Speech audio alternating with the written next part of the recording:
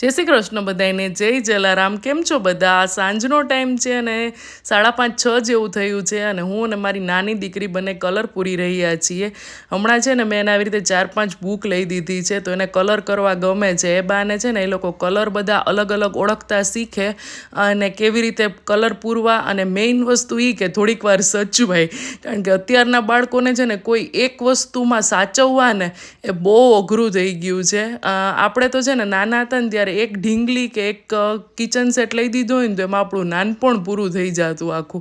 અને આ લોકોને તો ડેઈલી કંઈક નવું જોઈએ ને, તોય પાછા એક વસ્તુમાં ક્યાંય થોડીક વાર 1 કલાકે ક્યાંય સચવાતા નથી.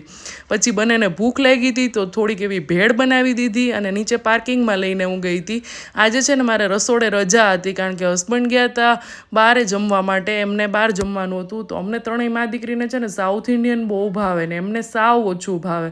તો અમે રૈયા ચોકડી પાસે આવેલા મદ્રાસ કાફેમાં પહોંચી ગયા હતા. અહીંયા છે ને 3 ચટણી આપે છે અને મારું તો સાઉથ ઇન્ડિયનમાં ફિક્સ જ હોય. હું જ્યારે જાઉં ને ત્યારે રાજકોટમાં એક જ જગ્યાએ મળે છે આ વસ્તુ, ઢોસા ફ્રાય, એ જ મગાવું હું. ઢોસાના પીસ અને મસાલો બધું આમ ચોળેલું એક જાતનું હોય એ હોય છે.